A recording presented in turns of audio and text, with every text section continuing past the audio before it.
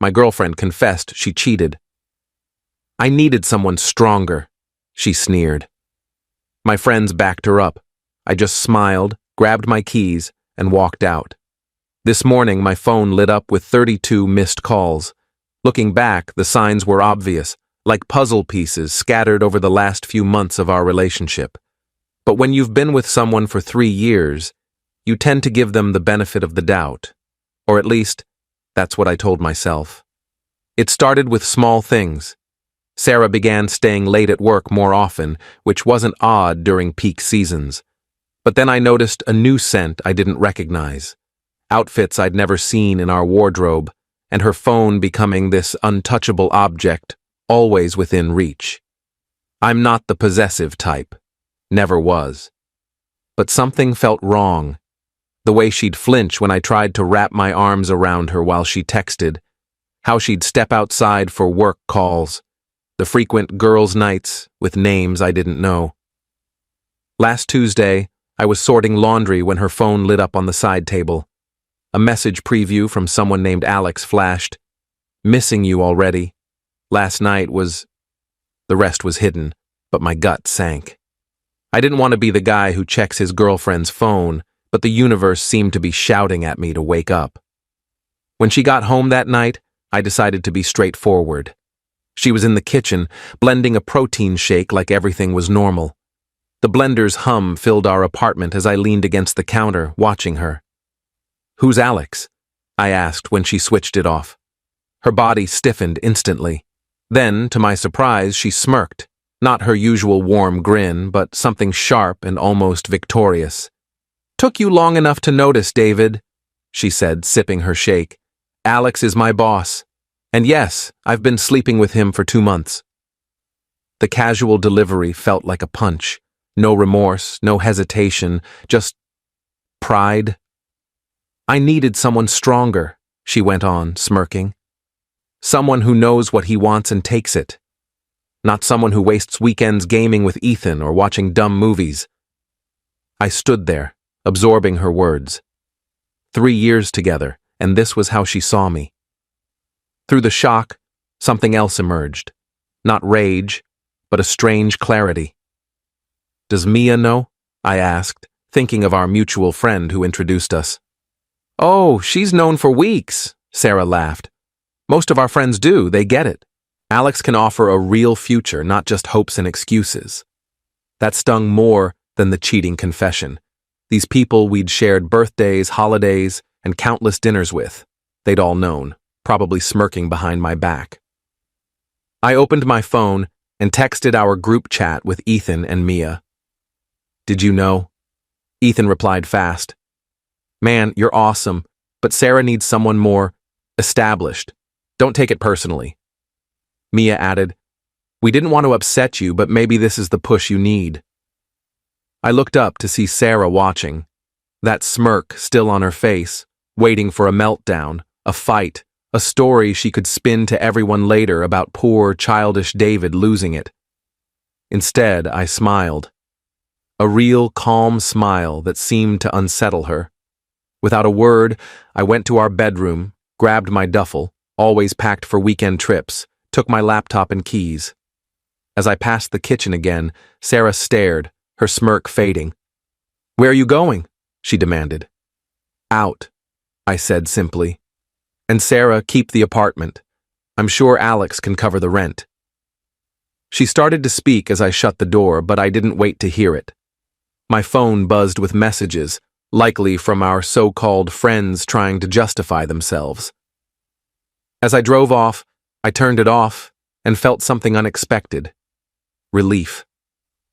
Sometimes, losing everything shows you what you never truly had. I didn't know where I was headed, but for the first time in months, I felt I was moving forward. Update. Thanks for the support on my last post. Didn't expect it to resonate so much. A lot's happened in a week, and I'm still sorting through it. I've been staying at a modest motel on the edge of town, not fancy, but clean. The owner, a kind older guy named Frank, cut me a deal on the weekly rate after hearing my story. I turned my phone back on after 2 days of silence. 32 missed calls, 47 texts, mostly from Sarah, some from Ethan and Mia, and a few from unknown numbers. But what grabbed my attention was the social media storm. Sarah had been busy. Her Instagram stories painted a familiar lie. I was a controlling, jealous boyfriend who tracked her every move. She claimed I'd emotionally manipulated her for years, isolated her from friends, and threw a violent fit when she stood up for herself. Each post had hundreds of sympathetic comments, including from people I thought were my friends. The highlight, a tearful video claiming I'd financially abused her by forcing her to split bills 50-50 while I hoarded cash. Ironic, since she earned more and insisted on that split. Then came a text from Lisa, a coworker I've known for years. "Check your email, something circulating at work." Sure enough, a company-wide email about fostering a safe workplace vaguely referenced recent troubling behaviors from certain staff. No names, but the timing was obvious. I should have been furious. Maybe I should have fought back, shared my side online. Instead, I felt curious. How far would she go? Pretty far, it turns out. Yesterday, I stopped by our local cafe, thinking it was safe since Sarah hated their coffee. Wrong. The barista, usually chatty, gave me a look like I was dirt. Later, I learned Sarah had become a regular, sharing her survivor story with anyone who'd listen. But here's where it gets intriguing. While grabbing clothes from storage, I ran into Becca, Sarah's supposed best friend. She looked nervous, scanning the area like she feared being caught. "Be careful," she whispered. "Alex isn't just her boss. His wife is connected, seriously connected. And Sarah's telling her you're unhinged, dangerous. Why tell me this?" Becca's eyes flicked around. "Because this isn't her first time. Before you, there was another guy at work. Sarah and Alex did the same thing to him. He left town. That changed everything. I spent the night digging. Court records, social media, anything public. The other guy, Tom, was real. Vanished from online platforms when Sarah joined the company. This morning, my landlord called. Sarah tried to remove my name from the lease, claiming I'd abandoned the place. When that failed, she said I'd threatened her. He warned me. His cousin had a similar experience years ago. But the real twist? An Instagram message request from an unknown account, profile picture showing a woman in her 40s, elegant with pricey jewelry. The message was brief. "We should discuss my husband and your girlfriend. Coffee tomorrow? Signed, Mrs. A. I'm meeting her in an hour. Something tells me Sarah's stronger man story is about to unravel.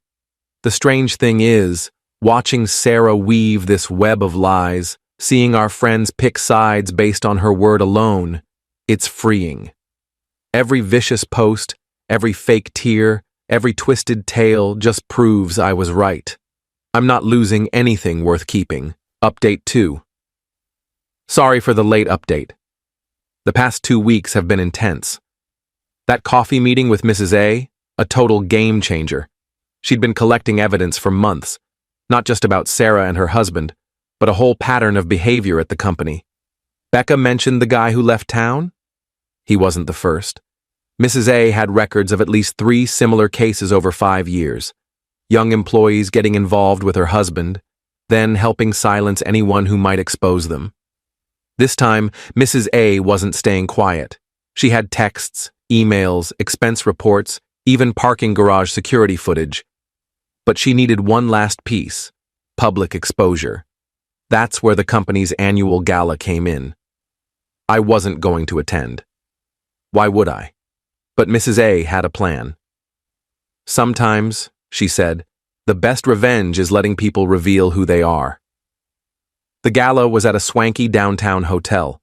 I showed up late, dressed sharper than ever for these events. The looks I got? Unforgettable. Sarah nearly spilled her wine. Alex's face went from flushed to pale in seconds. But here's the best part. I didn't have to do anything. Mia approached first, clearly drunk. "You've got some gall showing up here," she slurred, loud enough for nearby groups to hear. "After all you put Sarah through." I just smiled. "All I put her through?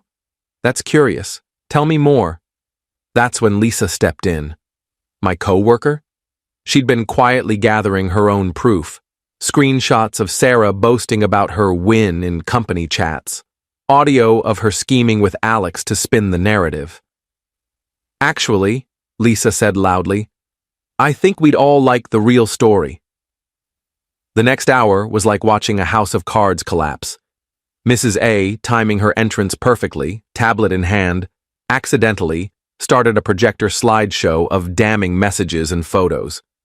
Sarah's frantic attempts to control the story fell apart. But the real show was Ethan. Good old loyal bro Ethan, who'd been recording everything on his phone, planning to show Alex later to prove his allegiance. Instead, he caught Sarah's full meltdown. "You think you're so smart," she shrieked at me. "You and that bitter old hag, trying to ruin everything I've earned. Alex loves me. We're building a life together." That's when Mrs. A dropped the bombshell. Divorce papers, already filed. Alex had fed Sarah the same promises he'd given other employees. Same playbook, different player. The best part? I barely spoke, just watched years of lies unravel in real time. Becca, silent all night, finally spoke. "I helped her," she admitted to the hushed room. "I helped her ruin that other guy's reputation. I can't do it again." By midnight, the gala was over. Sarah stormed out, makeup smeared. Alex was holed up with HR. Our friends who'd bought her story couldn't meet my eyes. As I left, Mrs. A grabbed my arm. "Thank you," she said, "for not running." I drove to my motel feeling oddly at peace. Frank was up watching late-night TV. He saw my face and grinned. "Good night?" You could say that. This morning my phone's buzzing again, but it's different now. Apologies, excuses, people swearing they never believed Sarah's lies. Even got a message from Tom, the guy who left town. He's been following it all through mutual contacts. Sometimes karma just needs an audience. Final update. This is it. The end of this saga. Grab a snack. It's a wild one. The fallout from the gala was bigger than anyone predicted. Within 48 hours, Alex and Sarah were asked to resign, but that was just the start. Remember Mrs. A's evidence? There was more. So much more. Every falsified expense report Alex used to fund his business dinners with Sarah. Every email plotting against coworkers. Every skewed performance review. She handed it all to the board. The company's legal team acted fast. Really fast. They cared less about the affairs and more about the pattern of workplace harassment and financial misconduct. Both Alex and Sarah now face civil lawsuits. But here's the twist. Tom, the guy who left town, returned, and he brought proof, literal and figurative. He documented everything before leaving, including the smear campaign Sarah and Alex ran against him. He didn't know what to do with it then. Now he does. Mrs. A connected him with her lawyer. 3 days later, he filed his own lawsuit. Then something incredible happened. Other former employees stepped forward, each with their own stories and evidence. What began as one scandal snowballed. Sarah tried to get ahead of it, posting a tearful video claiming she was the true victim, manipulated by Alex, and now persecuted. That's when Becca found her courage. She shared the screenshots of their private chats, Sarah gloating about her schemes, mocking her targets. Last week, Sarah showed up at my motel. Frank called me at work. "That girl you mentioned? She's causing a scene in the lot." I took my time getting back, found her sitting on my car hood, makeup streaked, clutching a folder. "I have dirt on everyone," she said, voice shaky but trying to sound menacing. "Help me stop this or I'll release it all." I laughed. "Go ahead. Burn every bridge you've got. See how that goes." She threw the folder at me. Inside were photos, screenshots, private messages, her arsenal, collected over years of manipulation. I photographed every page while she watched, then handed it back. Post whatever you want, but look where your last plans got you. People like Sarah can't handle their own tactics turned against them. She tore up the folder in the parking lot, screaming we'd all regret it. Someone filmed it. It was online within hours. The final blow came yesterday. Mrs. A's divorce finalized, and she got everything: the house, cars, most of their assets. Alex's golden parachute from the company, eaten up by legal fees. His reputation, ruined. His career prospects, search his name online. Not pretty. Sarah's headed back to her parents in another state.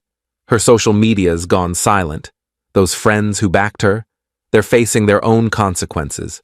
Betting on the wrong side has costs.